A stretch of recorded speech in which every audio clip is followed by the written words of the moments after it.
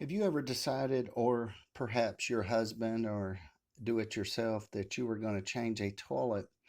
You removed the toilet and the toilet flange was cracked, broken, marred, etc. Well, the perhaps you may have gotten into a bigger job than you would like. Well, that's all relative. But anyway, here's one way to do this if you run into this situation. This would be the toilet flange on the floor. This would need to be replaced. Hypothetically, this is the toilet flange. So then what one would do is actually take, they would have to go under the house. Hopefully you've got a house, not a slab house. Hopefully you've got a crawl space. So this would be the top part that would be attached to this. This is a plastic toilet flange. This is this. One would have to cut on this side, cut the cast iron pipe.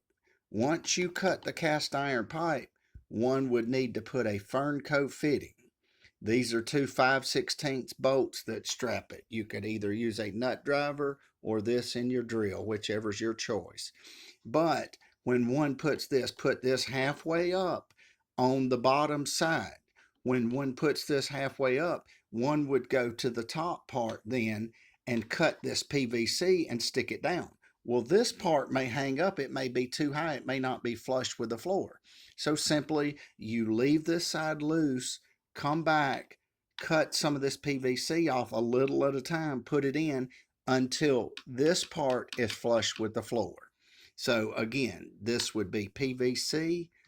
This side would be cast iron connected by a Fernco fitting with two 5/16 nuts to tighten it down once it's on.